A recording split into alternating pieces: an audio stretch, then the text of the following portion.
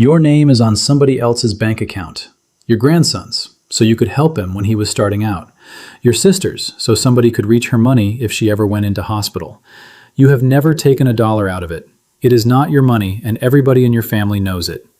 As far as the Social Security Administration is concerned, every dollar in that account belongs to you. That is not a mistake somebody made. It is the default rule written into the policy manual, and it has been the rule for years. Here is what changed. For a long time, that rule only mattered if somebody found the account. And the agency generally did not go looking. They asked you what you had, you told them, and if the number you gave was small, that was usually the end of it. That is over. As of this year, the agency runs an electronic search of financial institutions on essentially every new claim, regardless of what you report. It does not wait for a red flag. There is no longer a dollar figure you can stay under to avoid it. And the search does not only confirm the account you named, it goes looking for the ones you did not. Now, I am going to be straight with you the way I always am, because there are two versions of this circulating, and both are wrong. The first version says the government is now reading everybody's bank account, and your retirement check is at risk. That is not true, and I'm going to tell you exactly who this reaches and who it does not. The second version says this is routine paperwork, and anybody discussing it is frightening seniors for clicks.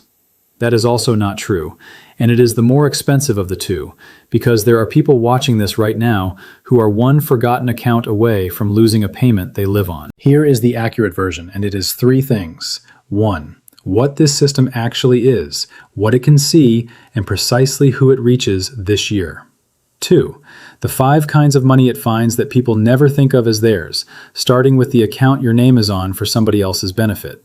3. What is genuinely protected, because there is a real list of things this search cannot touch, and almost nobody knows the whole list, and knowing it is the difference between panicking and being fine. And I am going to close with one number that explains why so many decent, careful people fall over this line. It is not a number about fraud. Once you hear it, the entire situation makes a different kind of sense. My name is Kevin. I read the rules so you do not have to. Every week, I go looking for the thing that quietly decides what happens to your money, and I bring it here before it costs you anything. If that sounds useful, subscribe and turn on the bell, because there is a timing rule in the 4th part of this video that decides whether a deposit costs you an entire month's payment or costs you nothing at all, and it comes down to what day of the month it is. Let me start with what this actually is. The tool is called Access to Financial Institutions. Inside the agency, everybody just says AFI. It is an electronic system that lets the agency ask banks and credit unions directly what is in your accounts, and get an answer back without anybody sending you a letter about it. It is not new. It has existed for years. What changed is 2 things, and neither of them was announced in a way designed to reach you. The first is the threshold. There used to be a dollar figure. If what you reported was under it, a full financial search often did not happen. That figure worked like a speed bump. It is now gone. Starting in August of last year for people 65 and older, and expanded in April of this year, the agency operates on what it calls a $0 tolerance. That means the search runs regardless of what you say you have. Report nothing at all, and it still runs. The second is the reach. The instruction was expanded to cover essentially all new claim approvals, claims that get reopened, and appeals that end up granting eligibility. Not a sample, not the suspicious ones, all of them. Now what can it actually see? It can run up to 10 geographic searches based on your address and the identifying information tied to you. And if you have somebody managing your payment on your behalf, it can search on the information tied to them as well. Roughly 96% of financial institutions in this country participate in the automated system. It covers all 50 states, the District of Columbia, and the territories. For the small number of institutions that do not participate, there is a slower paper process, but the coverage is close to national. And what it looks for is what the rules call liquid resources: checking accounts, savings accounts, money market accounts, certificates of deposit, credit union share accounts, and the ones people never think of, like a Christmas club or a holiday club account with a couple of $100s in it that somebody opened at a branch that no longer exists. Now, here's the part where I have to be precise about scope, because plenty of channels are being vague about this on purpose. This applies to the needs-based program, supplemental security income. That is the program with the resource limit, and resources have always been part of qualifying for it, which is why the verification machinery gets built there first. If you receive a regular retirement benefit on your own work record or disability insurance on your own record, there is no resource limit on those, and this search is not reaching your accounts today. So why should you stay for the next 20 minutes? 2 reasons, and they are both real. The first is that a great many of you are 1 degree away from somebody this reaches: a brother, a grown child with a disability, a neighbor you drive to appointments, and nobody is going to explain any of this to them. The second is what the machinery represents. Every serious proposal to means test other benefits, and there are several in both parties, requires one thing before it can function. Somebody has to be able to see inside the accounts. That capability is being built and tested right now in the one program where checking resources is already permitted. I am not telling you it is coming for your retirement check. I am telling you that if it ever does, it will not need to be invented first. Let me tell you about Ovella. Ovella is 77. She receives the needs-based payment, she lives in one room of her daughter's house, and her entire life fits in a chest of drawers. 11 years ago, her brother was diagnosed with something that scared everybody, and the family put Ovella's name on his savings account so that somebody could get to his money if he ended up unable to handle it himself. He recovered. Nobody ever took her name off. There is about $9,000 in that account. Not $1 of it is hers. She has never had a card for it. She could not tell you which bank it is at. The search does not weigh any of that. It finds an account with her name attached, and the default rule says the whole balance is a resource belonging to her. She is not hiding anything. She has never hidden anything in her life. She simply does not know that the favor she did her brother 11 years ago is sitting inside a government computer with her name on it. That is the whole reason the Quiet Rules exists. Plain English, printed large enough to read without hunting for your glasses, on the things that quietly decide what happens to your money. What counts, what does not, what to check before anybody checks it for you, and the exact words to use if you have to explain that money is not yours. So that nobody in your family finds out how the rule works from a letter. It is at kevinexplains.shop. The link is in the description below and in the pinned comment at the top. And if you are watching this on a television right now, there is a code on the screen you can point your phone camera at. 7-day guarantee, always. If it does not hand you something you did not have before, you send it back. So here's a question worth sitting with. Whose accounts is your name on that you have not thought about in years? Now let me give you the 5 kinds of money this finds that people do not think of as theirs. And I want you to listen to these against your own life rather than against somebody you imagine is cheating, because not one of these involves anybody cheating. The first is the one I opened with, a joint account. The rule is this: if your name is on an account with somebody else, the agency's starting position is that the entire balance belongs to you. Not half, not your share, all of it. The reasoning is that a joint owner can walk in and withdraw the lot, so the money is available to you, and availability is what the resource test measures. Now here's the part that actually helps you, and it is the part nobody mentions when they tell this story to frighten people. That is a presumption, not a verdict. You are allowed to rebut it. If you can show that you did not contribute the money and that it is not really yours, the agency can remove it from your resources. And when a rebuttal succeeds, it applies going backward as well as forward, not only from the day you argued it. What rebuts it is documentation. Deposit records showing where the money came from. Withdrawal records showing you never touched it. A written statement from the actual owner explaining the arrangement. And, ideally, a corrected signature card from the bank showing your name removed. And that last one is the real answer for most people. If your name is on somebody's account purely as a convenience, and there is any chance you will ever need the needs-based program, get your name off it. It is a 15-minute conversation at a branch. Arguing the money is not yours after the fact is a fight you can win, and it is a fight you did not have to have. And if you cannot get your name off it for whatever reason, then write the statement now rather than later. It does not need a lawyer. It needs to say who actually put the money in, why your name was added, on what date, that you have never made a withdrawal, and it needs to be signed by the person whose money it is. Attach a few bank statements showing the deposits coming from them and no withdrawals going to you. Then put the whole thing in an envelope with the account details on the front and tell somebody in your family where it is. The reason to do it today rather than when it is asked for is simple and slightly uncomfortable. The person who can explain that arrangement is a person, and people become unwell, and people die. A statement signed by your brother this month settles the question permanently. A statement nobody can sign next year does not exist. There is a particular version of this that catches the most careful people of all.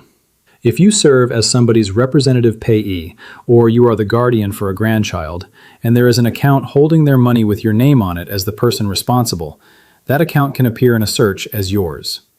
Those funds are supposed to be kept separate and identified as belonging to the beneficiary, and if they are, the situation is defensible. If they are mixed in with your own money in one account, it becomes very hard to untangle. The second kind is money your family gives you to help. When somebody deposits money into your account to help you out, it is treated as income in the month it arrives, and then whatever is still sitting there after that becomes a resource. So the $200 your son sends every month because he worries about you does not simply disappear. If it accumulates, it counts. And there is a straightforward way around it that costs your family nothing. Rather than depositing money into your account, have them pay the bill directly. Paying the electric company in your name is treated differently from handing you the cash to pay it. If somebody in your family is helping you, that one change in how they help can be the difference between staying eligible and not. The third is an account you genuinely forgot. A savings account at a bank that was bought by another bank, which was bought by a third one, and the statements stopped coming to an address you left in 2009. A credit union account opened decades ago to get a car loan with $60 still in it. A certificate of deposit an aunt set up for you when you were young. These are not rare. They are extremely common, and the system does not care whether you remembered. The fourth is a lump sum you already spent in your head. An inheritance that has not been distributed yet, a settlement, a retroactive payment. Money is a resource the month after you receive it, and people plan around money for months before the paperwork catches up. And the fifth, which is the one that produces the most anger, is the timing. And I am going to give you that one in full a little later, because it is the single most useful thing in this video, and it deserves its own place. Now let me give you the other side, because a video that only lists what counts is doing half the job and leaving you frightened for no reason. Here is what this search cannot touch, and it is a longer list than almost anybody realizes. Your home does not count.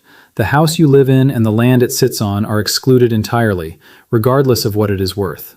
A paid-off house does not disqualify you. One vehicle does not count, regardless of value if it is used for transportation by you or somebody in your household. Your household goods and personal effects do not count. Your furniture, your wedding ring, the things in your house are not being totted up against you. Your burial plot does not count, and the plots for your immediate family do not count either. A burial fund of up to $1,500 does not count. And here is the condition that trips people, so listen to this one closely. It has to be identified as a burial fund and kept separate from your other money. If that $1,500 is sitting in your ordinary checking account mixed with everything else, it counts against you. Move it into its own account, tell them what it is for, and it stops counting. That single step can be the entire difference between being over the line and being under it. Life insurance with a small face value is excluded, within limits. A federal tax refund does not count for 12 months after you receive it. 12 full months. That includes the earned income credit. So a refund arriving in spring does not put you over the line that summer. Retroactive payments from Social Security or the needs-based program itself do not count for 9 months after you receive them, which matters enormously because those back payments are frequently large and people have been terrified by their own back pay. And then there is one more that is worth a video of its own, so I will give you the short version. If a person's disability began before they turned 26, they can hold an ABLE account, and money in it is excluded from the resource test up to $100,000. $100,000 rather than $2,000. If that describes anybody in your family, that is the single most valuable sentence in this video for them. Now, before I move on, there is one more thing you need to understand about what actually happens if you do go over the line, because the difference between the two outcomes is enormous and almost nobody explains it. Going over does not immediately end your benefit forever. What it does is suspend it. You are ineligible for the months you are over, and when your resources come back under the limit, your payment resumes. That is unpleasant, and it is survivable. But there is a second door behind that one. If you stay ineligible for 12 consecutive months, the case does not stay suspended. It terminates. And a terminated case is not something that switches back on when your circumstances improve. You have to apply again from the beginning as a brand new applicant with the whole process and the whole weight that comes with it. Set that against real life. Somebody receives an inheritance, goes over the limit, assumes the matter is settled and there is nothing to be done, and simply stops engaging for a year. At month 13, they are not suspended. They are out, and getting back in is a different and far harder task than never leaving. So if you ever go over, the instruction is the opposite of what instinct says. Stay in contact, report accurately, keep the file open, and get your resources back under the line before that 12-month stretch runs out. The clock only runs while nobody is doing anything. And one more piece that catches people living with family, because a great many of you are. There is a rule about what the agency calls in-kind support and maintenance. If somebody provides your food or your housing without you paying for it, your payment can be reduced by up to roughly a third. That is not about your bank accounts at all, but it comes up in exactly the same conversation, and people who moved in with a daughter to save money are frequently surprised by it. If your living arrangement has changed, that is worth asking about specifically, by name. Let me tell you about Dorcas. Dorcas is 69, she gets the needs-based payment, and last spring her tax refund arrived, $1,100. She had been carrying a fear about that money for 2 years, because somebody at a community center had told her that anything over the limit would end her payment, and $1,100 plus what she already had put her over. So every year she rushed to spend it. Not on anything she wanted, on getting rid of it. She bought things she did not need to make the number go down before anybody looked. Her refund was never countable for 12 months. She could have simply left it in the account. She spent 3 years frightened of money that the rules had already protected, and she made herself poorer doing it. Nobody lied to her. A well-meaning person at a community center knew half a rule. That is exactly the gap this guide closes. Not to make anybody an expert in the regulations, to put the whole rule in one place, in plain language, so that a person is never making frightened decisions about their own money on the strength of half of something somebody told them at a table. Same place, kevinexplains.shop.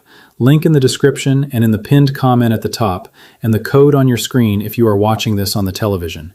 7-day guarantee, no argument. A woman spending money she did not want on things she did not need to stay under a line she was never over. Now the timing rule I promised you, and I have held it deliberately because it is the most useful thing in this entire video, and I want you awake for it. Your resources are not measured continuously. They are measured at one moment. The first moment of the first day of the month. That is it. That is the test. What is in your countable accounts at the start of the first day of the month is the number that decides that month. Think about what that means in practice. If a payment lands in your account on the 28th and you use it during those last few days on your rent, your food, your medication, your electricity, then on the first of the next month it is not there and it is not counted. You did nothing clever. You spent your own money on your own life in the order the rules already anticipate. But if that same money is sitting there at the start of the first, it counts. And if it puts you over the line, the payment for that month is gone. So the practical instruction is this.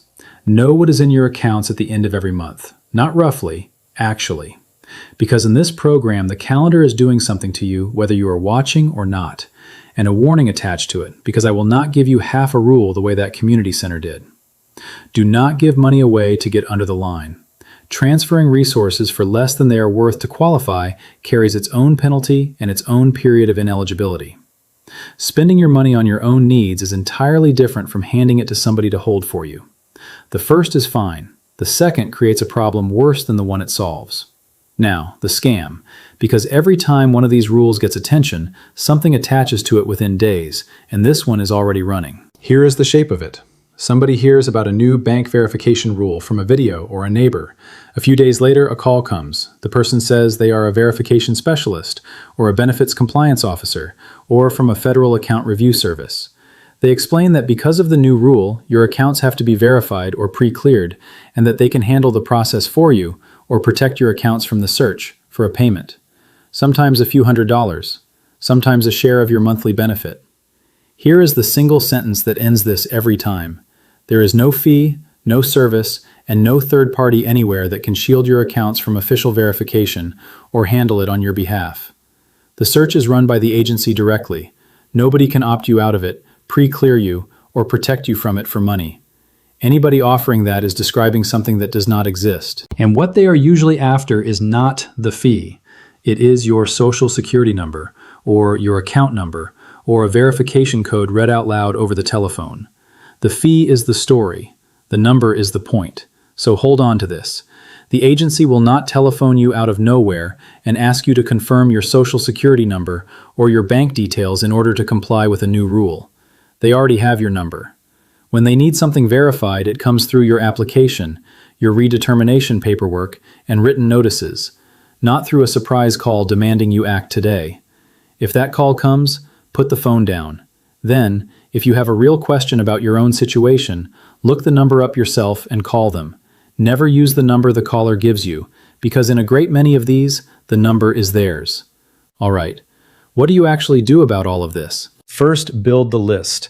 Every account with your name on it anywhere, not the one your payment arrives in. All of them. Your checking, your savings, anything at a credit union, anything at a bank that changed its name, any certificate of deposit, any club account, and critically, any account belonging to somebody else that has your name attached for convenience. If you are not sure whether an old account still exists, telephone the institution and ask. You want to know what a search would turn up before it turns it up, because a surprise you already know about is not a surprise. Second, deal with the joint accounts specifically. For each one, decide whether your name needs to be there. If it does not, go and have it removed.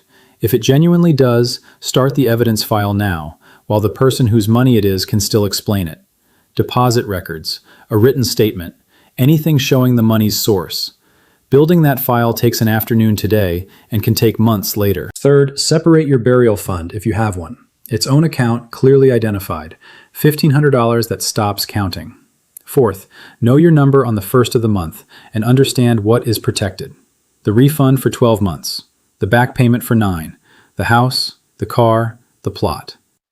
And fifth, when a verification notice or a redetermination notice arrives, answer it on time, honestly, and keep a copy of everything you send. The worst thing anyone does with these is put them in a drawer, and I have seen more damage done by silence than by anything anybody ever disclosed. Let me tell you about Isham. Isham is 81.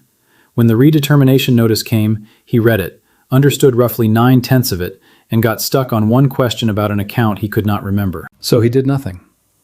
Not out of defiance. He was going to ask his nephew about it at the weekend, and then the weekend came and went, and the notice moved from the table to the shelf, and from the shelf to a drawer. The account was a credit union account with $41 in it. $41. It would not have moved the calculation by a hair. What cost him was the silence. A question he could have answered in one sentence turned into a file with no response in it, and the process that followed took months and a great deal of worry over an amount of money that was never a problem at all. Now let me give you the number I promised at the start, and it is not a number about fraud. The resource limit for one person on this program is $2,000. For a couple, $3,000. That figure was last changed in 1989. 1989. It has not moved since. It is not indexed to inflation, unlike almost every other figure in the entire Social Security system, all of which adjust every single year. If that $2,000 had been indexed the way everything else is, it would sit somewhere above $5,000 today, which means the real value of what a person on this program is permitted to keep has fallen by roughly 2/3, while nobody changed a word of the law. So when you hear that inspectors found nearly 199,000 people had received a combined $718 million in payments tied to accounts that were not disclosed, hold both things in your head at once. Yes, that is a real amount of money, and the agency is right that it has to be addressed. And also, the line those people crossed is a line drawn in 1989 and never redrawn, on a program where the maximum monthly payment is under $1,000. It is very difficult to keep $2,000 and no more for years while living on that and never once be over the line on the first of a month. Now let me give you my honest opinion, which is only that, and you are welcome to disagree with me in the comments. I do not object to the verification. I want to say that plainly because it would be easy to sell you outrage here, and I am not going to. The agency is legally required to pay the right amount to the right person. An overpayment is not a windfall.